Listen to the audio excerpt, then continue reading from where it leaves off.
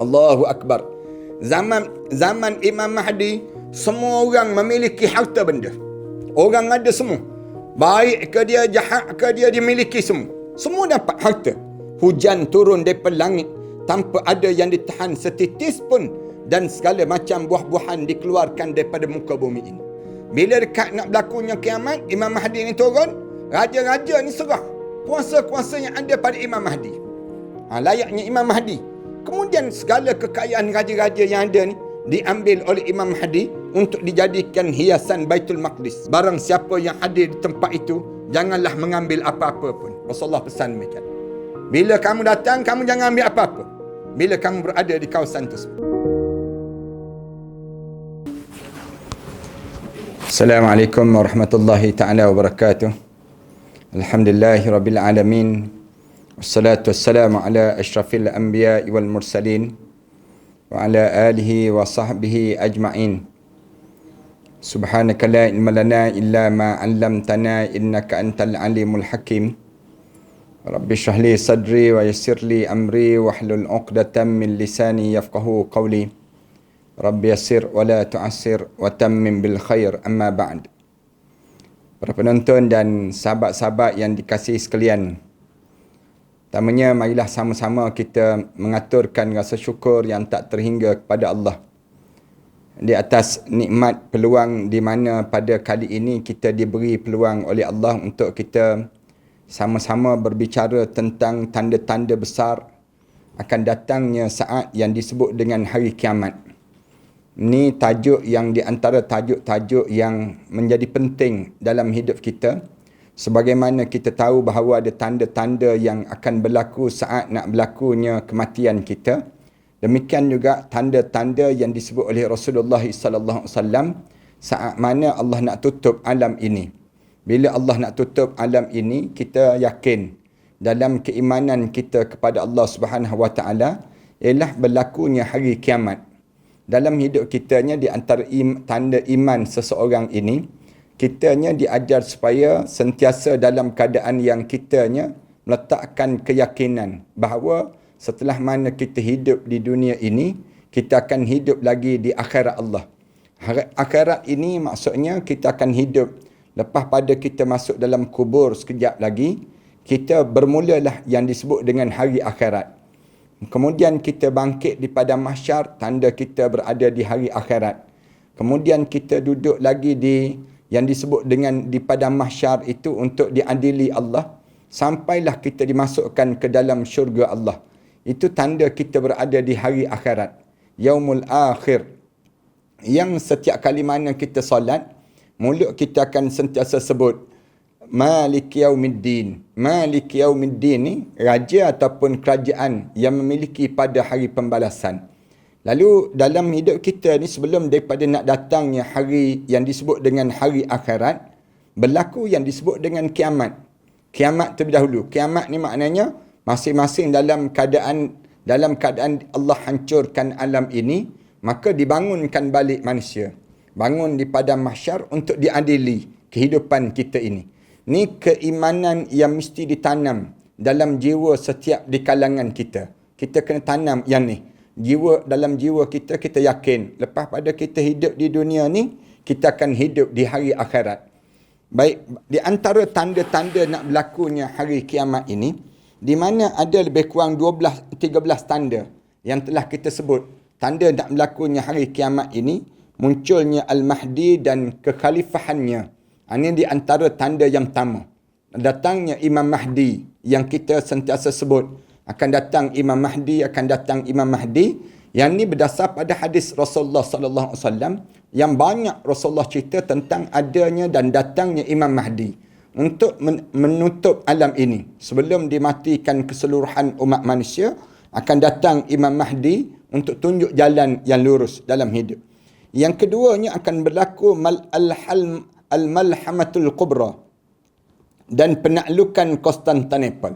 Yang ni insya-Allah kita akan bincangkan kemudian. Kemudian keluarnya Dajjal. Tanda-tanda nak berlakunya kiamat ni, keluar Dajjal. Kemudian turunnya Nabi Isa bin Maryam. Keluarnya Ya'juj wa Ma'juj. Akan keluar Ya'juj wa Ma'juj. Kemudian keluarnya asap. asap mula berkepul keluar, matahari mula terbit daripada barat. Akan keluarnya binatang melata. Ini tanda-tanda nak berlakunya kiamat. Lepas pada itu, Islam ni mula terpinggir. Kemudian, mula Al-Quran diangkat. Tulisan-tulisan Al-Quran pun mula terpadam. Dan manusia kembali ke masa jahiliyah dan mula sibuk menyembah berhala. Ini di antara tanda-tanda lah nak berlakunya yang disebut dengan kiamat. Lalu yang ke-10-nya berlakunya penghancuran Kaabah. Kaabah akan dimusnahkan dan penenggelaman bumi di 3 tempat. InsyaAllah kita akan sebut semua huraian ini. Kemudian akan keluarnya angin lembut yang mengangkat roh-roh orang-orang mukmin. Orang-orang mukmin pun dimatikan. Mula dimati sikit demi sedikit. Kemudian api yang keluar daripada pusat kota Aden yang mula mengiring manusia menuju bumi mahsyar. Ini tanda terakhir yang akan keluar api, keluar daripada pusat kota Aden di sebelah Yaman sana, akan mula mengelak manusia. Mula memantau manusia ni, api tu marak, keliling manusia ni, sampailah peringkat tak ada orang boleh lari daripada api tersebut. Ini keadaan yang akan berlaku lah. Hari ni baru kita membicarakan tentang tajuk yang pertama baru. Kemunculan Al-Mahdi dan kekhalifahannya. Dan kita telah sebut tanda-tanda kemunculan Imam Mahdi. Saya telah sebut sebelum daripada ni dan alim ulama' pun sebut. Tanda-tanda akan munculnya, Sungai Furat akan mula mengering. Dan di situ terlihat gunung emas. Ini tanda nak muncul Imam Mahdi. Mula berlaku gerhana pada awal malam bulan Ramadan. Dan juga gerhana matahari pada malam pertengahan bulan Ramadan. Ni kita nak masuk ni. Kita tengok. Kalau masuk tahun ni, bulan Ramadan ni, di awal bulan Ramadan ada gerhana bulan. Kemudian di tengah pada bulan Ramadan pun berlakunya gerhana matahari. Tengah bulan Ramadan. Itu tanda di antara semenjak daripada terjadi alam ini tak pernah berlaku gerhana dalam dua kali dalam satu bulan. Tiba-tiba berlaku dalam bulan Ramadan. Kemudian kemunculan tanduk Zulsinin. Kemudian terbitnya binatang yang berekor, yang bersinar. Ini di antara tanda-tanda nak timbulnya Imam Mahdi. Kemudian api besar mula menyala daripada arah timur selama 3 ataupun 7 malam. Kemudian langit menjadi gelap. Langit ni akan menjadi gelap. Warna merah menyebar di langit. Tetapi merahnya tidak seperti merah biasa di ufuk biasa ini. Seluruh penduduk bumi dipanggil dan setiap memiliki bahasa mendengarnya sesuai dengan bahasanya masing-masing. Ini di antara tanda-tanda waktu mana Allah nak jadikan dunia ni nak kiamat dah. Di waktu peringkat demikian. Waktu kemunculan Imam Mahdi ni, kalau kita bacanya, ketika mana saya mengira bahawa kemunculan Al-Mahdi ni, Ibn Kathir dia sebut, terjadi ketika Isa bin Maryam mula turun ke bumi ini. Nabi Isa bin Maryam turun ke bumi. Dan hari ini insyaAllah, kita akan bicarakan bagaimana latar belakang Imam Mahdi ini. Al-Mahdi ini, apa dia? Keadaan yang bagaimana yang berlaku? Tentang latar belakang, kami ketengahkan pendapat Al-Hafiz Ibn Hajar Al-Asqalani. Dalam kitabnya, Al-Qawlul Mukhtasar fi Alamatil Al-Mahdi Al-Muntadar. Dia sebut dalam kitab ni, pandangan yang ringkas dalam tanda-tanda kedatangan Imam Mahdi yang sedang ditunggu-tunggu. Dia berkata, dalam kehidupannya, ia mengamalkan sunnah Nabi SAW. Imam Mahdi ni, dia hidup dengan sunnah Nabi SAW. Nampak tanda-tanda pada diri dia ni. Pada pakaian dia, pada perkataan dia. Dia hidup dengan sunnah Rasulullah SAW. Dia tidak membangunkan orang tidur. Dia jenis bukan mengejutkan orang yang sedang tidur. Sama ada tidur tu maksudnya tidur ini, tidur yang sedang tidur tu, ataupun tidur dalam keadaan fitnah. Senang ceritanya. Ulama sebut demikian. Kemudian dia tidak menumpahkan darah. Dan dia berperang sesuai sunnah. Sebagaimana Rasulullah berperang. Tidak kata dia ni warok, duduk bersila je dalam masjid. Tak perang-perang. Tidak. Baca tasbih, berzikir je tiap-tiap masa. Tidak. Dia terlibat dengan politik. Bahasa yang mudahnya. Imam Mahdi ni, dia berada dalam suasana masyarakat. Dia memimpin masyarakat. Dan dia berperang. Dia berperang sesuai dengan sunnah Nabi SAW. Kalau orang tanya politik ni, Ustaz, ada ke politik dalam Islam? Kita jawab, politik dalam Islam yang ditunjukkan oleh Rasulullah sallallahu alaihi wasallam. Tujuan apa politik Islam? Untuk menegakkan kalimah Allah. Li'i'la'i kalimatillahi hiyal ulya. Itu tujuan politik Islam, dengan tujuan untuk menegakkan ajaran Islam. Sebab tu kalau ada orang tanya, bolehkah kita terlibat dengan politik Islam? Dalam politik Ustaz, wajib kita sebut demikian. Wajib setiap orang Islam kena menegakkan kalimah Allah di atas muka bumi ni. Kena faham di kalangan kita. Ada orang kata jangan terlibatlah dengan politik Ustaz, kotor, najis. Yang najis dan kotor tu yang bukan Islam.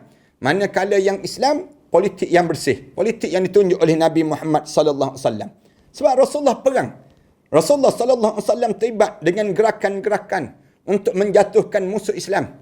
Rasulullah sallallahu alaihi wasallam terlibat dengan sahabat-sahabat untuk memerangi orang-orang yang menolak Islam, yang menentang Islam. Rasulullah sallallahu alaihi wasallam perang sesuai dengan sunnah, dan Imam Mahdi pun bila dia datang, dia terlibat dengan politik Islam. Berperang sesuai dengan sunnah. Menegakkan sunnah, menegakkan yang disebut dengan sunnah Nabi sallallahu alaihi wasallam, dan memusnahkan segala bid'ah. Perkara yang direka-reka, yang dicipta-cipta, yang menyebabkan bila datang Imam Mahdi, kerja dia apa dia? Dia memusnahkan segala yang bid'ah. Dia menegakkan agama pada akhir zaman seperti yang dilakukan Nabi sallallahu alaihi wasallam pertama kali. Dia akan cuba, ni tanda-tanda Imam Mahdi. Kerja dia menegakkan Islam, menegakkan agama. Sebagaimana Rasulullah sallallahu alaihi wasallam. Rasulullah datang bukan Rasulullah nak suruh jaga perut.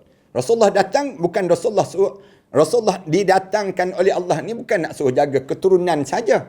Tetapi Rasulullah datang dengan tujuan untuk jaga agama. Tu di antara benda yang besar yang kita kena faham. Ni orang kita tak hidup dia sibuk nak jaga muka dia, nak jaga perut dia, nak jaga keturunan dia, nak jaga harta benda dia, tapi dia tak sibuk nak jaga agama. Rasulullah sallallahu alaihi wasallam waktu mana datangnya Imam Mahdi ni ataupun Al-Mahdi ni, dia datang, dia akan lakukan apa yang Rasulullah lakukan, iaitu menegakkan agama. Ia menguasai seluruh dunia sebagaimana Zulkarnain dan Nabi Sulaiman alaihissalam. Al-Mahdi ini dia boleh menguasai dunia ini sebagaimana Zulkarnain yang pernah menguasai alam ini, dan Nabi Sulaiman alaihissalam yang pernah menguasai alam ini. Dia menghancurkan salib, membunuh babi, membunuh binatang babi ini, serta mengembalikan kemuliaan dan kenikmatan pada kaum muslimin. Ini tanda-tanda. Tanda-tanda yang menunjukkan bagaimana datangnya Imam Al-Mahdi. Kalau tuan-tuan ataupun siapa Imam Mahdi ni? Cuba tengok kat sini. Dia memenuhi bumi dengan kebajikan dan keadilan yang sebelumnya penuh dengan kesengsaraan dan kesesatan. Sebelum daripada ni, manusia ni hidup dalam keadaan suasana yang sengsara dan juga penuh dengan kesesatan. Harta benda yang melimpah tak terhitung. Bila datang Imam Mahdi ini, ia bagi secara tepat dan merata. Semua dapat. Semua dapat. Di saat mana dalam keadaan begitu, penduduk langit dan bumi, burung-burung di angkasa, binatang liar di hutan, ikan-ikan di lautan, semuanya redha kepadanya. Allahu Akbar. Ini sebab tu kita sebut Al-Muntadar. Al-Muntadar ni maknanya Al-Mahdi Al-Muntadar. Imam Mahdi yang ditunggu-tunggu kedatangan dia. Al-Mahdi memenuhi hati umat Muhammad sallallahu alaihi wasallam dengan kekayaan sampai menyuruh orang untuk berseru, adakah yang memerlukan harta? Banyak harta Imam Mahdi ni sampai ditanya pada orang ramai, siapa lagi yang nak pada harta? Siapa yang nak lagi pada harta? Dan ketika itu tidak ada seorang pun yang datang selain seorang saja. Seorang saja yang datang. Orang tersebut kata saya. Orang lain semua kata cukup dah. Kami dah cukup dah. Kami cukup. Kecuali seorang je yang datang jumpa dengan Imam Mahdi. Lalu dia sebut saya. Maka dikatakan pada dia, datanglah ke penjaga, bendahara dan katakan padanya, sesungguhnya Al-Mahdi menyuruh kamu memberikan harta kepadaku. Pergi berjumpa dengan orang jaga harta tu, bagi tahu pada orang tu, sesungguhnya Imam Mahdi menyuruh memberikan harta padaku. Penjaga itu berkata, ambillah. Bila berjumpa dengan yang disebut dengan penjaga ni, Bila berjumpa saja dengan penjaga ni, lalu dia sebut Imam Mahdi suruh bagi. Dia pun kata, ambil lah. Banyak mana kamu nak orang tersebut mengambil dan menyimpannya di dalam bilik-biliknya. Setelah itu dia nampak menyesal. Orang yang kata seorang tu, dia seorang je tak dapat lagi. Orang tu dia menyesal. Sambil dia berkata, saya adalah umat Muhammad sallallahu alaihi wasallam yang paling buruk perangai, dia sebut. Saya tidak mampu mengimbangi mereka. Dia menyesal. Ambil itu pun dia rasa menyesal. Allah, menyesalnya aku. Ibnu Hajar melanjutkan, ia mengembalikan balik harta tersebut. Akhirnya, yang seorang tu yang perlu sangat dia ambil harta tu, dia ambil disimpan dalam bilik. Macam kita jugalah kan. Tuan-tuan, kalau tuan-tuan harta, tuan-tuan banyak-banyak, tuan-tuan nak buat apa? Tuan-tuan banyak sangat. Katakanlah harta benda kita ni ada 100 juta. Tuan-tuan nak buat apa? Nak beli rumah. Berapa buah rumah tuan-tuan nak tinggal? Kalau tuan-tuan nak beli kereta, berapa buah kereta tuan-tuan nak naik? Tuan-tuan, banyak sangat. Harta ni banyak-banyak ni nak buat apa? Bila banyak sangat dalam hidup kita ni. Saya pernah tanya ni seorang toke, orang bukan Islam. Bila dia banyak harta dia, saya tanya dia, toke, bila toke banyak-banyak duit, toke nak buat apa? Tak boleh jawab dia. Terdiam dia. Bila saya tanya soalan tu, lari dia. Lari lintang bukang dia. Saya tanya soalan, bila banyak-banyak duit ni nak buat apa? Duit kita ni, harta kita ni banyak nak buat apa? Macam dia tu nak pergi Mekah pun tak. Macam dia tu nak belanja orang pun tidak. Nak buat jamuan-jamuan pun tak ada. Nak buat apa? Duit-duit banyak-banyak kita ni, harta kita ni banyak-banyak, kita nak buat apa? Waktu ada zaman Imam Mahdi ni, harta sebut penuh je semua. Orang ni ada semua harta. Kecuali ada seorang. Bila Imam Mahdi kata, siapa yang nak pada harta lagi? Dia jawab, saya. Dia jawab. Lalu dia datang jumpa dengan Imam Mahdi, saya tak ada harta. Lalu dia jawab, Imam Mahdi kata, kamu pergi jumpa dengan yang menjaga bendahara tu, kamu bagi tahu pada dia, aku Imam Mahdi suruh kamu ambil harta daripada perbendaharaan itu. Dia pun pergi, dia bagi tahu. Imam Mahdi suruh saya ambil. Lalu bendahara yang jaga harta tu dia kata, ambillah sebanyak mana kamu nak ambil. Sebab tak ada orang yang nak. Ketinggal kamu seorang saja. Dia pun ambil. Bila dia ambil harta tu, dia bawa balik, simpan dalam bilik, dia datang menyesal. Solehnya manusia. Dia datang penyesalan pada diri dia. Lalu dia kata apa dia? Saya ni banyak-banyak pun nak buat apa? Dia pun hantar balik. Dia hantar balik, katanya Ibn Hajar. Dia mengembalikan balik harta tersebut. Namun bila dihantar balik, ditolak. Kami tidak mengambil kembali apa yang sudah kami berikan, kata penjaga itu. Bila dia nak bagi balik, dia kata, kami tak ambil dah. Kalau dah orang ambil, kami tak ambil balik. Buruk siku, senang cerita. Nak gambarkan, kami tak ambil. Kamu dah ambil dah, kamu bawa balik barang yang telah kamu ambil. Ibn Hajar berkata, pada masa Imam Mahdi ini, Al-Mahdi ini, semua umat baik yang saleh maupun yang buruk merasakan kenikmatan yang tidak pernah didengari sebelum ini. Allahu Akbar. Zaman Imam Mahdi, semua orang memiliki harta benda. Orang ada semua. Baik ke dia, jahat ke dia, dia miliki semua. Semua dapat harta. Hujan turun daripada langit tanpa ada yang ditahan setitis pun. Dan segala macam buah-buahan dikeluarkan daripada muka bumi ini. Keluar buah-buah.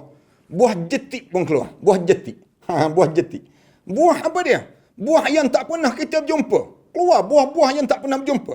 Tanda nak berlaku kiamat. Imam Mahdi tu nak datang dah. Imam Mahdi ni datang. Buah-buah dikeluarkan daripada bumi. Ia memimpin peperangan demi peperangan. Keluar buah-buah macam-macam gaya buah. Buah rare-rare lah buah. Tuan-tuan boleh senarai lah. Buah-buah yang jarang-jarang. Buah katak puru. Misal contohnya.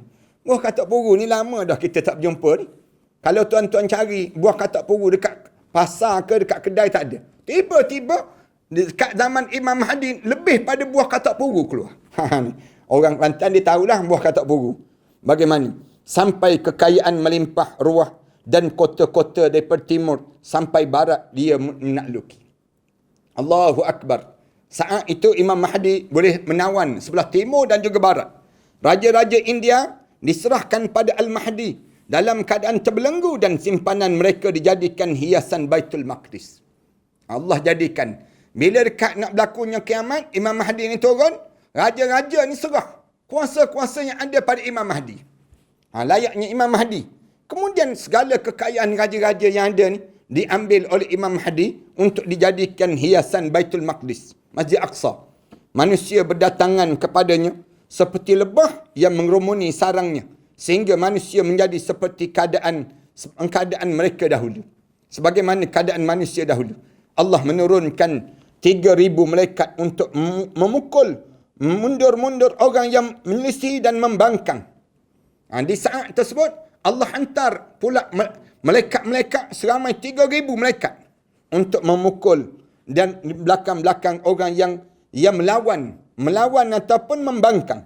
Jihad berada di depan dan Jibril berada di depan dan Mikail di tengah-tengah mereka saat itu. Pada zamannya, yang disebut domba-domba dan serigala digembalakan di satu lokasi saja. Kambing-kambing dan juga yang disebut dengan serigala duduk satu tempat je pada saat itu. Bayi bermain dengan ular dan kalajengking. Zaman Imam Mahdi ni, budak-budak kecil tu main dengan ular dan kalajengking. Ini tanda-tanda bagaimana nak berlakunya kiamat dan Imam Mahdi itu datang. Kalau tuan-tuan tengok saat itu, di mana bayi-bayi mula bermain dengan ular dan juga kalajengking. Padahal dia binatang berbisa. Tapi bayi itu ada kekuatan. Di saat mana nak berlakunya yang disebut dengan kiamat tu, maka datang orang-orang yang sebegini. Tidak membahayakan mereka sama sekali. Tidak bahaya pada mereka sama sekali. Dari satu mud tanaman yang ditanam, tumbuh 700 mud. Daripada satu mud tanaman, tumbuh 700 mud. Tidak ada riba di zaman tersebut. Riba ni tak ada. Orang nak ambil riba apa, semua jadi kaya semua. Manusia hidup dalam keadaan senang lenang semua. Tidak ada penyakit. Tak ada penyakit. Zaman Imam Mahdi ni, hilang penyakit COVID. COVID pun tak ada. Maknanya kita ni tak berlaku lagi kiamat ni. Tapi tanda-tanda nak berlaku kiamat tu ada. Tidak berlakunya perzinaan. Orang tak berzina. Kerana semua lelaki kahwin 4 semua. Nak berzina apa? Manusia, orang perempuan pun jadi rasa tenang. Tengok suami dia kahwin. Kalau dia tengok suami dia kahwin seorang, dia rasa tak selesa. Dia tengok suami dia kahwin 4, baru dia rasa lapang. Alhamdulillah. Itu tanda dia panggil. Pada diri dia demikian. Zina pun tak ada. Kemudian, ataupun minuman keras. Minuman keras, orang tak minum. Nak minum buat apa? Semua orang jadi kaya. Semua orang tak ada masalah. Nak minum buat apa? Minuman keras. Umur menjadi panjang. Umur ni jadi panjang. Umur 70, 80 tahun tu jadi biasa je pada zaman Imam Mahdi ni. Amanah mula ditunaikan. Orang mula melaksanakan semua tanggungjawab yang ada. Dan kejahatan dihancurkan. Bila datang Imam Mahdi saja, kejahatan itu dihancurkan. Tidak seorang pun yang membenci keluarga Nabi Muhammad sallallahu alaihi wasallam. Saat itu semua orang jadi rasa nak jadi umat Nabi Muhammad, rasa rindu pada keluarga Rasulullah, dan beliau menjadi satu-satunya orang yang paling dicintai di antara makhluk Allah di atas muka bumi. Ini saat kedatangan yang disebut dengan Imam Mahdi ini. Allah memadamkan api fitnah dan mengamankan bumi dengan kehadiran Al-Mahdi ini. Sampai-sampai ada 5 orang wanita yang menunaikan ibadah haji tanpa ditemani lelaki-lelaki. Sampai peringkat orang perempuan pergi 5 orang melaksanakan ibadah haji, tak ada orang lelaki. Tak perlu orang lelaki untuk menemani. Tidak ada yang mereka takuti kecuali Allah. Di saat mana nak berlakunya saat kedatangan Al-Mahdi Al-Muhtadar ini, di saat mana kedatangan Al-Mahdi Al-Muntadar ini, kedatangan Imam Mahdi ini, telah maka dalam keadaan orang tidak rasa takut atas muka bumi. Tak takut dengan jenglot. Tak takut dengan toyol. Tak takut dengan hantu. Tak takut dengan apa-apa. Orang takut pada Allah je. Saat mana datang Imam Mahdi, telah ditulis dalam perjalanan para Nabi SAW bahawa di dalam kekuasaannya tidak ada yang disebut dengan kesesatan dan keaiban yang berlaku di zaman tersebut.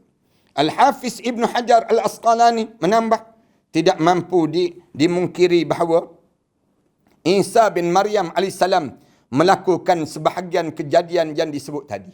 Nabi Isa pun datang. Seperti membunuh babi dan menghancurkan salib. Babi-babi ni dibunuh dan dihancurkan salib. Dan tidak ada masalah bila dikatakan bahawa mereka berdua yang melakukannya. Tak ada siapa marah. Kalau ada orang kata, siapa yang bunuh babi tu? Siapa yang hancurkan salib? Al-Mahdi dan juga Nabi Isa AS. Tuan kitab kita ni disebut, saya berpendapat bahawa hal itu kemungkinan terjadi pada satu masa dan disandarkan kepada keduanya seperti yang kita akan terangkan nanti insya-Allah. Di sana ada pandangan-pandangan yang mendustakan Al-Mahdi. Ada pandangan yang cerita tentang mengenai Imam Mahdi ni ada ke tak ada. Tapi mengikut ahli sunnah wal jamaah, tidak ada perbezaan pendapat tentang Al-Mahdi ini. Akidah mereka sesuai dengan apa yang disebut dalam hadis-hadis sahih yang telah kita sebut sebelum daripada ini. Di sana ada golongan yang mendustakan Al-Mahdi. Mereka mengaku daripada ahli sunnah. Banyak ulama yang mengatakan tentang mereka, sesungguhnya mereka tidak memiliki kemampuan untuk menjelaskannya. Ada orang alim, orang Islam, ustaz-ustaz, tapi dia tak faham apa dia Imam Al-Mahdi ini. Ada, dia tak faham. Tapi dia kata tak ada, bohong je. Cerita penuh dengan khayalan. Geng-geng liberal. Geng-geng liberal ni dia akan sebut demikian. Memahami dalil-dalil ataupun menyingkap sanad-sanadnya. Pendapat-pendapat mereka telah dibantah oleh kebanyakan ahli ilmu dalam tulisan-tulisan yang terbuka seperti dalam kitab Al-Arad ala man kadzaba bil ahadis as-sahihah wal waridah fil Mahdi. Ini di antara kitab-kitab yang cerita tolak balik pandangan-pandangan tersebut. Di antara contoh orang yang mengaku Al-Mahdi Al-Muntadhar ini, di antara contoh, ada orang yang mengaku dia Imam Al-Mahdi Al-Muntadhar. Di sepanjang sejarah Islam, banyak pendusta dan orang yang munafik yang mengaku dirinya sebagai Al-Mahdi Al-Muntadhar. Ramai dah orang mengaku dialah Imam Mahdi. Dialah yang disebut, dia mengaku dia Al-Mahdi. Puak-puak kita sebelum daripada ni pun ada juga yang disebut dengan puak-puak apa dia? Puak-puak Arkam, misal contohnya. Puak Arkam pernah dia sebut dia ni dia Imam Mahdi Al-Muntadhar. Konon-konon mereka mengumpulkan orang-orang di sekitarnya yang terpengaruh pengakuan dusta ini dan mengajak manusia untuk mengikutinya hingga mereka mendapat pengikut yang ramai. Di antara orang yang berdusta, di antara pendusta yang mengaku dirinya Imam Mahdi adalah Ubaidillah bin Ma'mum Al-Qaddah. Bukan orang Kedah ni, Al-Qaddah dia panggil. Pada tahun 259 hingga 322 Hijri. Bapa saudaranya adalah seorang Yahudi yang berketurunan daripada Baitul Majusi. Ia dicap sebagai pendusta dan pembohong atas keluarga Rasulullah sallallahu alaihi wasallam dan membayar pengikut-pengikutnya untuk menyebarkan kebohongannya. Ini di antara orang yang mengaku Imam Mahdi. Ia memiliki kerajaan dan menguasai orang ramai. Anak keturunannya berkuasa di wilayah Morocco, Mesir, Hijaz dan juga Syria. Konon-konon Islam bertambah pelik dan hina dan dilanda musibah kerana mereka mendakwah ketuhanan untuk diri mereka dan mendakwahkan bahawa syariat itu mempunyai sisi lahir dan juga batin. Mereka adalah raja-raja Syiah, Al-Rafidah, Al-Qaramithah, Al-Batiniyah, musuh Islam. Mereka bertopengkan nasab dusta dan nama Ahlul Bait. Mereka menganut dan menyebar luas aliran sesat yang ada di kalangan masyarakat pada saat itu. Ulah mereka tetap eksis sampai Allah mengutuskan Salahuddin Al-Ayyubi yang membebaskan umat daripada kejahatan mereka. Ia memusnahkan dan membinasakan keluarga dan pengikut mereka. Mereka di gunung dan lembah-lembah tempat mereka itu. Yang kedua yang pernah mengaku Imam Mahdi siapa? Muhammad bin Tamur pada tahun 485 Hijri hingga 524 Hijri. Dia mengaku dia seorang lelaki munafik dan pendusta. Dia mengatakan diri secara dusta bahawa ia adalah Al-Mahdi Al-Muntadhar. Ia adalah sosok yang terkenal dengan kejahatannya. Ia mempercayakan beberapa pengikut-pengikutnya untuk tinggal di dalam kawasan kuburan dan memerintah mereka untuk mengumumkan pada manusia bahawa ia adalah Imam Al-Mahdi. Ia bermaksud meyakinkan manusia bahawa ia benar-benar Al-Mahdi sampai mayat-mayat saja mengatakan hal itu. Pada malam hari sebelum pengikut-pengikutnya keluar daripada dalam kawasan kubur-kubur mereka, ia menimbun mereka hidup-hidup agar pembohongannya tidak terungkap. Lalu matilah pengikut-pengikutnya dan akhirnya dia dimatikan. Kemudian yang tiga yang mengaku yang menjadi Imam Mahdi ini, Mahdi Al-Furqah Al-Qaisaniyah. Manusia mengira bahawa Al-Mahdi adalah Muhammad bin Al-Hanafiyah yang hidup dan tinggal di Gunung Radwa, yang dijaga 2 ekor singa. Ia juga memiliki 2 mata air yang jernih yang mengalir air dan juga madu. Ni ada ni orang mengaku jadi Imam Mahdi. Jangan pelik kita. Ada orang demikian. Orang-orang yang menyangka bahawa ia masuk ke dalam mata air tersebut bersama 40 orang yang dekat-dekat dengan dia. Dan berita ini tersebar luas di antara mereka. Mereka mengatakan mereka masih hidup dan diberi rezeki. Masuk dalam air itu, mereka anggap mereka masih lagi hidup. Mereka juga mengatakan ia akan kembali setelah menghilang. Ia akan memenuhi bumi dengan keadilan yang sebelumnya dipenuhi kemaksiatan. Padahal dia dah mati dah. Ini pengikut. Kemudian mereka mengatakan bahawa ia dijauhkan ataupun dihilangkan. Seperti itu kerana ia menemui Abdullah bin Malik bin Marwan. Ada juga yang mengatakan bahawa ia menemui Yazid bin Muawiyah. Keyakinan ini tidak ada dalil sama sekali, baik daripada Al-Quran ataupun daripada hadis Rasulullah sallallahu alaihi wasallam. Ini saya nak sebut beberapa orang yang pernah mengaku dia Imam Mahdi. Padahal tidak demikian. Anggapan tentang Imam Mahdi. Tuan kitab kita, Syekh Mahir Ahmad As-Sufi, dia tulis, saya telah mengatakan di awal bahawa kemungkinan Al-Mahdi telah menimbulkan banyak perbincangan dan juga campur aduk antara hadis sahih dan selainnya. Kemunculan dan ciri-ciri Al-Mahdi yang benar adalah sebagaimana yang termuat di dalam hadis sahih yang telah diakui oleh para periwayat hadis yang terpercaya dan diketahui. Bersamaan dengan itu, muncullah cerita-cerita dan riwayat-riwayat yang tidak sahih tentang kemunculan dan ciri-ciri Al-Mahdi. Saya akan menyebut beberapa di antaranya untuk menguatkan keilmuan dan agar pendengar-pendengar mengetahui bahawa perkara semacam ini tidak bersandarkan pada sanad yang sahih dan hadis yang sahih dan atau tidak diambil daripada perawi yang dikenali umat ini. Imam Al-Qurtubi dalam kitabnya At-Tazkiyah fi Ahwal Mauta wa Umur Al-Akhirah menyebut sebagaimana berikut. Pernah disebut. Imam Qurtubi sebut begini. Telah disebut dalam hadis sebelumnya yang diriwayatkan oleh Ummu Salamah dan Abu Hurairah bahawa Al-Mahdi dibai'ah di antara rukun Yamani dan makam Ibrahim.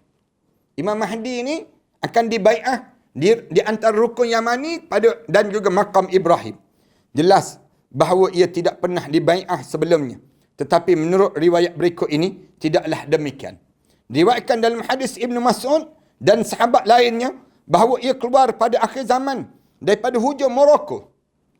Ini pandangan alim ulama. Ia berjalan dan pertolongan selalu bersamanya sejauh 40 mil. Benderanya warna merah dan kuning. Terdapat tulisan angka-angka yang termaktub nama Allah yang agung di bendera itu. Bendera itu tidak pernah tumbang. Dalam perjalanan dia daripada Morocco nak sampai ke Baitullah. Bendera tersebut tegak dan keluar daripada tepi laut di sebuah tempat yang disebut Masanah. Daripada Morocco inilah ia membawa benderanya bersama kaum yang telah Allah tetapkan kemenangan dan keberuntungan baginya. Firman Allah Ta'ala, Ulaika hizbullah, ala inna hizballahi humul muflihun. Mereka itulah di antara parti-parti Allah. Hizbullah, ala inna hizballah. Dan hendaklah kamu tahu, sesungguhnya hizbullah itu adalah golongan-golongan orang yang berjaya. Mereka yang sama dengan parti Allah ini. Hizbullah ini, mereka itulah orang yang berjaya. Dalam sebuah hadis yang panjang disebutkan, maka manusia datang daripada segala arah dan penjuru, lalu membai'ahnya di Mekah. Ketika mana dia berada di antara rukun Yamani dan makam Ibrahim. Itu saat mana bila datangnya Imam Mahdi ini, dia datang masuk di Mekah, orang ramai datang tengok dia tu di antara rukun Yamani dan juga makam Ibrahim. Sebenarnya enggan untuk dibai'ah yang kedua kalinya. Setelah dia dibai'ah di Morocco, Al-Mahdi berkata, wahai sekalian manusia, keluarlah untuk memerangi musuh-musuh Allah dan musuh-musuh kalian. Maka mereka pun mematuhinya tanpa membantah perintahnya. Ingat ya, kalau sampai masa itulah. Tapi nampak gaya macam tak sampai-sampai dah kita ni. Nampak gaya tak sampai dah masa tu. Umur dengan umur kita ni lah. Tapi kalaulah anak cucu kita ni dengar ceramah ini, pada saat suatu masa nanti, kalian dengar, kalian kena ingat. Imam Mahdi ni Dia datang daripada sebelah Morocco itu, sampai-sampai dekat dengan, dia akan dibai'ah dekat mana? Kebanyakan alim ulama kata, di antara rukun Yamani dan juga sampai ke maqam Ibrahim. Kemudian Imam Mahdi akan sebut, wahai sekalian manusia, keluarlah kamu untuk memerangi manusia-manusia, musuh-musuh Allah dan musuh-musuh kalian itu. Dia akan sebut demikian. Mereka pun mematuhinya tanpa membantah perintah yang datang daripada yang keluar perintah Imam Mahdi tadi. Kemudian Al-Mahdi dan kaum muslimin yang bersamanya akan keluar daripada Mekah menuju ke mana? Ke bumi Syam, Syria yang sedang perang saat ini. Dia akan keluar ke sana. Imam Mahdi dia keluar ke sana untuk memerangi Urwah bin Muhammad As-Sufyani dan orang-orang yang bersama daripada golongan Kalb. Anjing dipanggil, golongan Kalb. Lalu pasukannya bercerai-berai dan Urwah As-Sufyani berada di atas pohon di pinggir danau Sabariyah. Pada saat ini orang yang gagal adalah orang yang gagal dalam membunuh Bani Kalb walaupun dengan ucapan takbir ataupun teriakan apa-apa pun. Maknanya tak patut gagal. Bila bunuh yang sasana yang akan datang nanti, ada satu Bani Kalb. Bani ini perlu dibunuh. Bila dibunuh Bani tersebut, bila dibunuh saja Bani itu, dalam keadaan itu tak patut seorang pun gagal untuk membunuh. Diriwayatkan dalam hadis Huzaifah daripada Nabi SAW.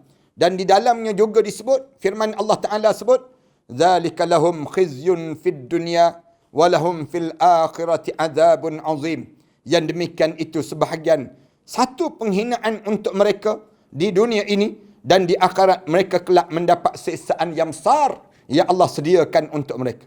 Dalam surah Al-Ma'idah ayat 33. Al-Mahdi bersama kaum muslimin sampai di kota Antakya, bumi Turki. Ingat ya tuan-tuan, di Syam, di sebelah sampai masuk dalam Syria, menyeberangi sampai ke Turki. Di Turki ada satu tempat dipanggil kota Antakya, yang dalam surah Yasin disebut. Dan sebut tiga orang yang diutuskan oleh Allah Subhanahu Wa Taala yang mengajar pada manusia. Ittabi'u man la yas'alukum ajran wa hum muhtadun. Wa ma liya la a'budu alladhi fatarani wa ilaihi turja'un. Ani a'attakhidhu min dunihi alihatan. Ini ayat tersebut, ayat yang cerita tentang orang yang berdakwah di kota Antakya di Turki. Itu sebuah kota besar di atas laut. Antakya ni kota besar, bawah tu laut. Lantas mereka mengucapkan takbir 3 kali dan hancurlah bentengnya ke laut dengan kekuasaan Allah Ta'ala. Bila pergi sampai sana, sampai Imam Mahdi dengan kaum muslimin yang bergerak sampai kota Antakya, lalu di waktu itu mereka mengucapkan takbir 3 kali. Bila sebut 3 kali, Allahu Akbar, Allahu Akbar, Allahu Akbar, hancurlah yang disebut dengan bentengnya ke laut dengan kekuasaan Allah Ta'ala. Setelah itu mereka membunuh laki-laki, menawan wanita dan anak-anak dan mengambil harta mereka. Akhirnya Al-Mahdi menguasai Antakya dan mendirikan masjid yang kemudian dimakmurkan umat Islam. Imam Mahdi. Berapa lama Imam Mahdi ni tinggal di atas muka bumi? Selama 7 ataupun 8 tahun. 7 ataupun 8 tahun. Yang kita belajar sebelum daripada ni lah. Masa dia dalam tempoh itu je. Kemudian dimakmurkan umat Islam. Dia buat masjid di Antakya itu. Kemudian lepas itu orang Islam datang mayang. Mereka melanjutkan perjalanan menuju pada Rom, bumi Rom pula. Konstantinopel di Istanbul dan Gereja Emas. Mereka pun menakluk Romawi dan kota Konstantinopel serta membunuh 400,000 pasukan, memecahkan 70,000 perawan, menguasai kota-kota dan benteng-benteng, mengambil harta mereka dan membunuh laki-laki serta menawan wanita dan anak-anak di kalangan orang kafir tersebut. Ini keadaan yang akan berlaku ni, masa yang akan datang nanti. Kemudian mereka mendatangi Gereja Emas dan Al-Mahdi mengambil harta yang ada di sana sebagaimana harta itu telah diambil oleh orang lain sebelumnya. Gereja Emas tu kat mana? Tu yang kita akan tanya. Harta itu adalah harta yang telah dihantar oleh Kaisar Romawi ketika berebut Baitul Maqdis dahulu. Setelah mendapatkan harta ini, Kaisar mengambilnya dan mengangkutnya dengan 70,000 gerobok ke Gereja Emas. semua hartanya dibawa tanpa menyisakan satu pun. Kemudian Al-Mahdi mengembalikan harta itu kembali ke Baitul Maqdis. Tuan-tuan tengok dalam dunia kita sekarang ni, ekonomi ni dalam keadaan yang ekonomi yang ada ni berebut apa dia? Dalam keadaan berebut untuk nak ambil yang namakan dengan harta-harta ni sendiri. Harta yang mereka rebut ni, yang asal daripada harta daripada mana? Daripada emas. Emas disumberkan pada emas. Ini yang gambaran Imam Mahdi yang datang. Huzaifah berkata, saya berkata, wahai Rasulullah sallallahu alaihi wasallam, Baitul Maqdis di sisi Allah sangat agung. Baitul Maqdis di sisi Allah ni sangat agung. Besar kedudukan dan takdirnya. Lalu Rasulullah sallallahu alaihi wasallam berkata, ia adalah rumah yang dibangunkan Allah untuk Nabi Sulaiman bin Daud daripada emas. Allah buat, asalnya Baitul Maqdis tu dibuat daripada emas, perak, mutiara, berlian dan permata, dan kerana Allah menundukkan jin untuknya. Baitul Maqdis ni asalnya, Rasulullah pernah sebut demikian, jin-jin tersebut datang dengan membawa emas dan juga perak daripada bahan tambang yang berasal daripada lautan. Mereka menyelam di laut seperti disebut dalam Al-Quran Karim, wasyayatina kulla bana'in wa ghawas. Allah Subhanahu wa taala sebut, dan kami tundukkan padanya syaitan-syaitan, semuanya ahli-ahli bangunan dan penyelam-penyelam. Penyelam dalam surah Sad tu asalnya yang disebut dengan Masjid Al-Aqsa, yang ada Masjid Al-Aqsa sendiri dibina daripada mana? Rasulullah kata dibina oleh Allah kepada Nabi Sulaiman bin Daud daripada emas, daripada perak, daripada mutiara, berlian dan permata. Lalu diambil dan dicuri, dibawa kepada gereja emas yang disimpan emas yang banyak itu.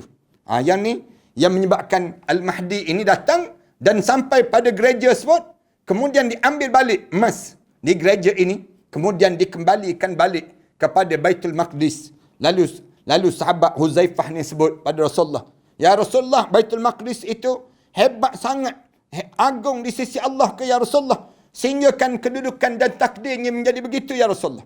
Lalu Rasulullah sebut, dia di rumah yang dibangunkan Allah untuk Nabi Sulaiman bin Daud alaihissalam daripada emas, daripada perak, daripada mutiara, daripada berlian dan juga permata, dan semua itu kerana Allah menundukkan jin untuknya. Ni kedudukan yang sebenar, tuan-tuan. Harta benda orang Islam yang Allah jadikan sekarang dimiliki oleh orang bukan Islam. Harta-harta orang Islam dimiliki oleh orang bukan Islam, dan mereka mengawal harga dunia, harga mata wang dunia, mereka yang kawal. Kita pula biarkan mereka kawal sampai kita tak ada kekuasaan di atas harta-harta dalam menentukan nilai harga emas, dalam menentukan harga yang disebut dengan perak dan sebagainya. Orang kafir yang menentukan keadaan itu. Ni kedudukan yang kita kena fahamlah, benda yang sedang terjadi di kalangan kita. Yang tu yang Rasulullah sebut, al-hikmatud dallatu 'alal mu'min. Kebijaksanaan itu telah hilang di kalangan orang mukmin. Faman wajadaha faqad akhadha bihazzin wafir. Siapa-siapa yang berjumpa dengan yang disebut dengan keuntungan itu, kecerdikan ini, ambil dengan sebanyak mungkin. Jangan kita terlepas peluang yang Allah bagi ini. Ketika mana mereka datang dengan membawa semua itu, Nabi Sulaiman membangunkannya di Masjid Aqsa tersebut. Lalu ia membangunkan istana daripada emas dan perak di kawasan Masjid Aqsa. Demikian juga tiang-tiangnya, semuanya daripada emas dan juga perak. Kemudian ia menghiasi dengan mutiara, permata dan berlian yang dikerjakan oleh jin-jin yang telah ditundukkan oleh Allah baginya. Allah bila nak bina di Baitul Maqdis tu, Allah hantar jin-jin termasuk dengan syaitan-syaitan mendapatkan permata-permata di lautan dan diambil, kemudian dibawa pada Nabi Sulaiman. Nabi Sulaiman AS bangunkan kota itu. Huzaifah berkata, bagaimana mereka mengambil semua itu daripada Baitul Maqdis ya Rasulullah? Macam mana orang kafir boleh ambil benda yang asalnya milik orang Islam, kemudian diambil oleh mereka itu ya Rasulullah? Rasulullah menjawab, ketika mana Bani Israel mengkhianati dan membunuh nabi-nabi mereka. Bila mereka ambil harta-harta tersebut, bila dia bunuh nabi-nabi sebelum daripada ni. Nabi-nabi itu Bani Israel itu bunuh nabi seorang-seorang. Allah mengutuskan, menguasakan raja Nebukadnezar atas mereka. Ia adalah raja daripada Majusi. Kekuasaannya selama 700 tahun. Allah berfirman, فَإِذَا جَاءَ وَعْدُ أُولَاهُمَا بَعَثْنَا عَلَيْكُمْ عِبَادًا لَنَا أُولِي بَأْسٍ شَدِيدٍ فَجَاسُوا خِلَالَ الدِّيَارِ وَكَانَ وَعْدًا مَفْعُولًا. Tuan-tuan tengok dalam surah Al-Isra ayat yang kelima. Allah sebut, maka apabila datang saat hukuman bagi kejahatan pertama, daripada kedua kejahatan itu, kami datangkan kepada kamu hamba-hamba kami yang mempunyai kekuatan yang besar. Lalu mereka bermaharajalela di kampung-kampung. Dan itulah ketetapan yang pasti terlaksana. Mereka masuki Baitul Maqdis. Imam Mahdi ni akan masuk Baitul Maqdis.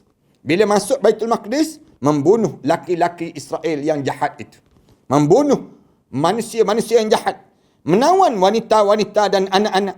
Dan mengambil seluruh harta dan semua yang ada di sana. Ambil. Menjadi milik orang Islam.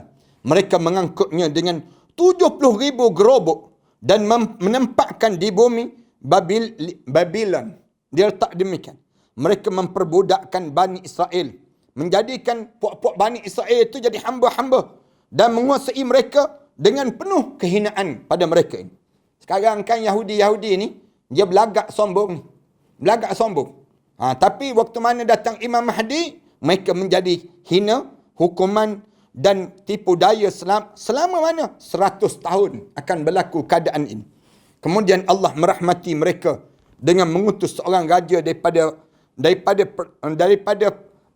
yang disebut dengan Parsi, daripada Iran, kerajaan Iran, agar berjalan menuju orang-orang Majusi di Babylon ini dan menyelamatkan Bani Israel daripada tangan mereka dan mengembalikan semua harta ke Baitul Maqdis sepertinya semula. InsyaAllah, mudah-mudahan dengan kita belajar ini, kita tahu perjalanan yang akan datang nanti, di mana harta orang Islam itu akan dikembalikan balik. Kemudian dia akan berkata pada Bani Israel, wahai Bani Israel, jika kalian kembali berbuat maksiat, kalian buat balik, kami akan mengembalikan balik kalian sebagai tawanan dan pembunuhan. Allah Ta'ala berfirman, asa rabbukum an yarhamakum wa in untum udna. Allah sebut, mudah-mudahan Rabb kamu akan melimpahkan rahmatnya kepada kamu.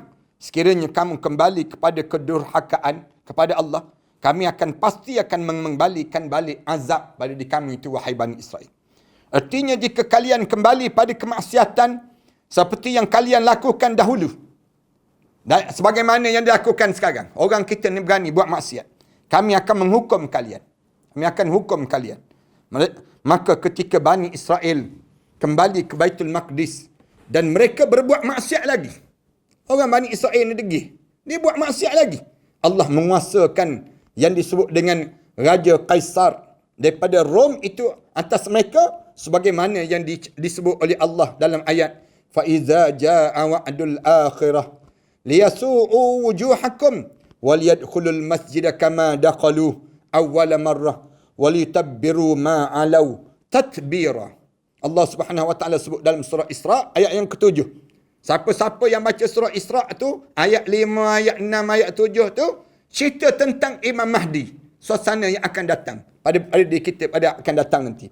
Dan apabila datang saat hukuman bagi kejahatan yang kedua, liyasu'u wujuhakum, kami datangkan orang lain untuk menyuramkan muka-muka kamu, dan mereka akan masuk ke dalam masjid. Waliyadkhulul masjid kama dakhaluh, sebagaimana musuh-musuh kamu masukinya pada kali pertama, untuk membinasakan sehabis-habisnya apa yang telah mereka kuasai sebelum daripada ini.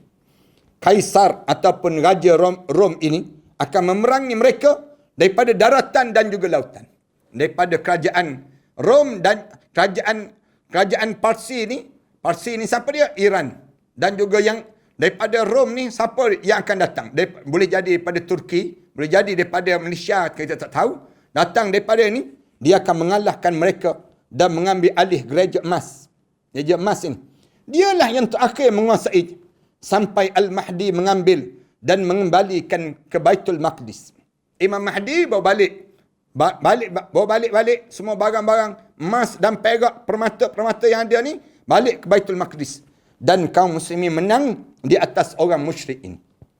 Ketika itu, Allah mula mengutuskan raja daripada sebelah Raja Rom, iaitu keturunan kelima daripada keluarga Hercules.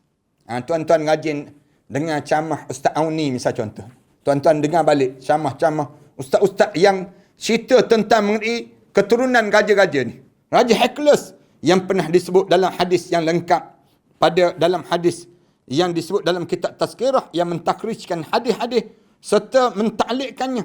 Daripada Ad-Dari bin Al-Munir Az-Zuhri berkata, saya tidak setuju dengan perkataan ini.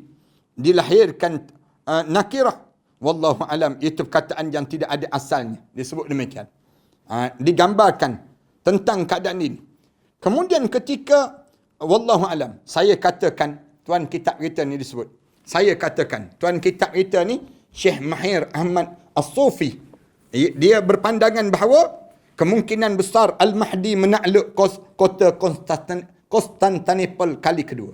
2 kali dia akan takluk di bumi Istanbul.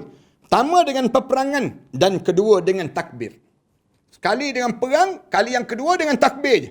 Begitu juga ketika menguasai gereja emas. Gereja emas ni, yang ni dalam rahsia yang telah dirahsiakan di mana?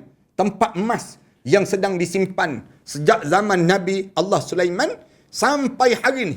Disimpan harta-harta tersebut. Bila Al-Mahdi telah keluar daripada Morocco, seperti yang kita bincangkan sebelum daripada ini, penduduk Spanyol akan mendatangi dan berkata, penduduk Spanyol, tuan-tuan pergi ke Spain sekarang ni, tuan-tuan boleh tengok macam mana dalam Alhambra, dalam yang disebut dengan, kita boleh tengok bagaimana dalam Cordova itu, kehebatan sejarah Islam yang 700-800 tahun memerintah di kawasan tersebut. Ni boleh tengok dalam kota Alhambra itu penuh dengan tulisan La Ghaliba Illallah. Lebih kurang 2 juta tulisan itu. Dan tulisan nama Allah tu pun Allah, Allah, Allah. Yang dikuasai dalam Alhambra ni, kalau tuan-tuan pergi sampai hari ni, ada lagi. Ni, dia akan datang. Dan penduduk Spanyol akan mendatanginya dan berkata, wahai wali Allah. Ni disebut, wahai wali Allah, bila Al-Mahdi ni keluar daripada sebelah Morocco. Morocco ni berjiran je. Berjiran je dengan, yang disebut dengan berjiran je dengan Spain ini sendiri. Mereka menyeberangi Selat Gibraltar tu, sampai terus ke Spain. Selamatkan bumi Spanyol. Mereka sebut, wahai wali Allah, bumi Spanyol sekarang tak selamat. Kamu selamat kembali. Sesungguhnya penduduknya telah dipalingkan, dihinakan, dan dikalahkan orang-orang kafir dan musyrik keturunan Romawi. Dia mengutuskan seluruh kabilah Morocco, Qazulah, Khazzalah dan kabilah-kabilah lain untuk menolong agama Allah ini dan syariat Nabi Muhammad sallallahu alaihi wasallam. Mereka berdatangan dengan segala tempat, mereka patuh dan tunduk pada perintah Imam Al-Mahdi. Pasukan itu dipimpin oleh penguasa Al-Khurtum, iaitu pemilik unta yang masih perawan. Ada di zaman yang akan datang nanti. Dia adalah sahabat Al-Mahdi, penolong agama Islam dan juga wali Allah yang sebenarnya. Pada saat itu, dia dibai'ah oleh 80,000 pasukan yang dipimpin oleh pasukan tentera, infanteri. Allah telah meredai mereka. Ulaika hizbullah, ala inna hizballahi humul muflihun. Mereka itulah pasukan-pasukan ataupun parti-parti Allah. Dan kamu kena tahu, itulah parti Allah, itulah yang akan menang. Tuan-tuan faham ke tak faham? Tinggi sikit perbincangan kita ni. Ni di saat mana dekat dengan nak berlakunya kiamat. Akan datang saat sebegini. Ini yang kita bicarakan ini. Tanda nak suruh kita ni buat persiapan. Islam ni akan kembali naik. Yakinlah dalam hidup kita. Allah akan hantar Imam Mahdi. Bila Allah hantar Imam Mahdi, suatu hari nanti, saat tersebut, kita tak tahu kita ada lagi ke tidak. Saat itulah kegemilangan Islam kembali. Mereka menjual jiwa mereka untuk Allah. Dan Allah memiliki kurniaan yang agung. Mereka menyeberangi lautan hingga sampai di pusat Spanyol, Isbiliyah. Kemudian Al-Mahdi akan naik mimbar di Masjid Jami' dan berkhutbah dengan khutbah yang menarik hati. Sehingga seluruh kaum muslimin di Spain mendatangi dan membai'ahnya. InsyaAllah. InsyaAllah. Tunggu saja saat ini. Al-Mahdi bersama seluruh kaum muslimin. Sekarang ni kita tengok Spanyol ni, orang suka tengok bola je. Bola. Pasukan pergi tengok Real Madrid misal contohnya. beria pergi tengok stadium Real Madrid. Dia tak tahu dekat situ akan datang Imam Mahdi. Imam Mahdi akan datang. Al-Mahdi bersama seluruh kaum muslimin berangkat menuju Rom dan menakluk 70 kota Romawi. 70 kota Rom. Dia membebaskan diri dari tangan-tangan musuh dengan penuh kasih sayang. InsyaAllah Allah akan jadikan apa yang saya sebut ini, tuan-tuan belajar pada kali ini, merupakan satu ilmu yang besar dalam hidup kita. Disebut juga dalam kitab itu, kemudian Imam Mahdi dan pasukannya sampai di gereja emas dan menyumpai harta yang berlimpah di sana. Dia mengambil dan membahagi-bahagikan untuk mereka pada manusia secara adil. Imam Mahdi akan bahagi. Dia juga mendapatkan peti gereja, jubah Nabi Isa AS. Jubah Nabi Isa dan tongkat Nabi Musa AS. Tongkat itulah yang digunakan oleh Nabi Adam AS untuk mendarat di bumi ini ketika imannya dikeluarkan daripada syurga. Ini yang disebut Kaisar Romawi pula, Raja Rom pula, dahulu mendapat tongkat itu di Baitul Maqdis daripada sekelompok tawanan yang ditawan di sana. Dia membawa semua itu ke gereja sampai saat ini. Hingga nanti Al-Mahdi akan mengambilnya kembali. InsyaAllah. Mudah-mudahan dia akan demikian. Ketika mana mengambil tongkat tersebut, kaum muslimin saling berebut ingin mendapatkannya. Pada saat itulah Allah menghendaki kehinaan kaum muslimin di Spanyol. Allah menjadikan akal mereka kerdil dan ilmu mereka menjadi tumpul. Jadi tamaklah. Orang Islam jadi tamak. Akhirnya mereka membahagi-bahagikan tongkat itu menjadi 4 bahagian. Mula jadi singkatlah tu mikir. Berebut sangat, dia kata ginilah, kita kerak 4 tongkat ni. Setiap pasukan mengambil satu bahagian. Pada waktu itu ada 4 pasukan. Tatkala mereka melakukan hal itu, Allah mencabut pertolongan dan keberuntungan daripada mereka dan terjadilah perselisihan di antara mereka. Berkelahi berebut tongkat pula. Tongkat zaman Nabi Adam AS. Ini di antara keadaan yang berlaku saat itu. Sehingga kan bila berkelahi, cabut terus keberkatan. Macam orang Islam kita sekarang ni. Bila kita berkelahi, habis terus keadaan kemuliaan kita. Ka'ab al-Ahbar mengatakan orang-orang musyrik menang atas mereka hingga mereka tiba di lautan.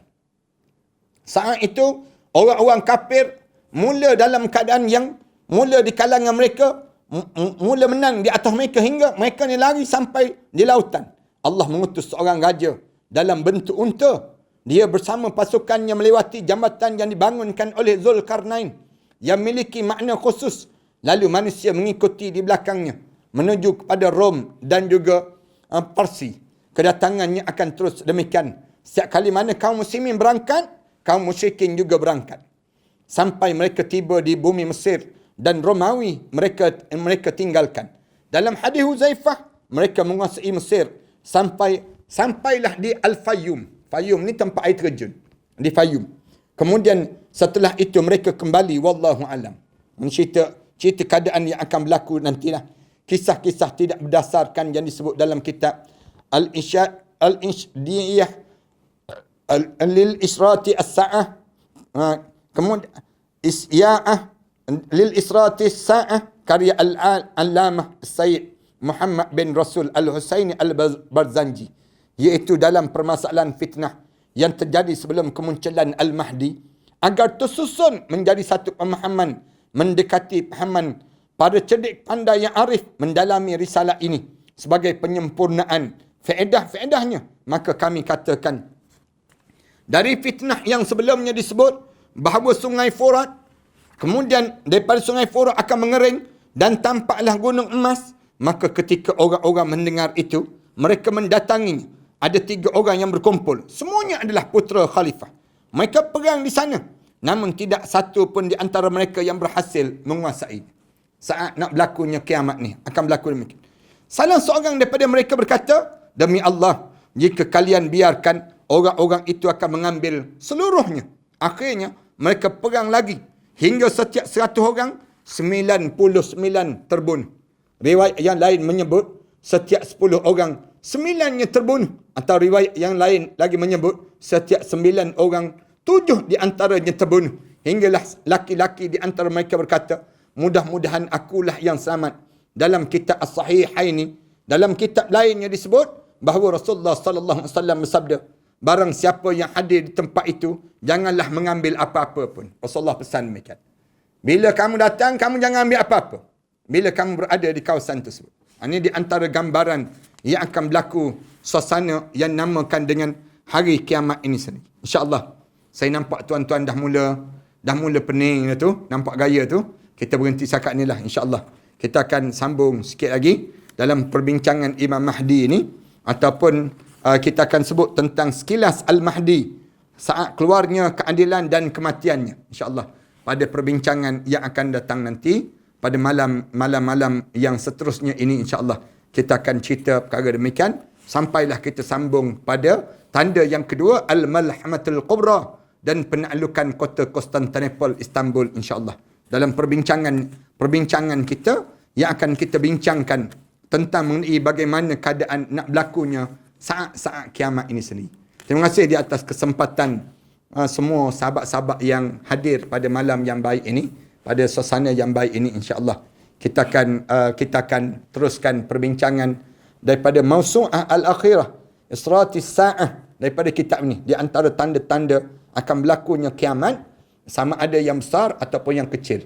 Sampailah kita akan bicarakan pada hari-hari bagaimana hari kiamat, bagaimana saat yang demikian. InsyaAllah mudah-mudahan Allah jadikan tempoh yang kita berada ini, tempoh ilmu yang kita dapat setiap masa dan setiap ketika. Mudah-mudahan Allah rahmati kalian dan Allah masukkan kita di kalangan hamba Allah yang saleh. A'udzubillahi minasyaitanirrajim. Bismillahirrahmanirrahim. Alhamdulillahirabbil alamin. Wassalatu wassalamu ala asyrafil anbiya'i wal mursalin wa ala alihi wa sahbihi ajma'in. Allahumma inni a'udzubika min yaumis su' ومن ليلة السوء ومن ساعة السوء ومن صاحب السوء ومن جار السوء في دار المقامة. اللهم إني أعوذ بك من يوم السوء ومن ليلة السوء ومن ساعة السوء ومن صاحب السوء ومن جار السوء في دار المقامة. اللهم إني أعوذ بك من يوم السوء ومن ليلة السوء ومن ساعة السوء ومن صاحب السوء ومن جار السوء في الدار المقامة. ربنا آتنا في الدنيا حسنة وفي الآخرة حسنة وقنا عذاب النار وأدخلنا الجنة مع الأبرار يا عزيز يا غفار يا رب العالمين. صلى الله على محمد وعلى آله وصحبه وسلم. الحمد لله رب العالمين.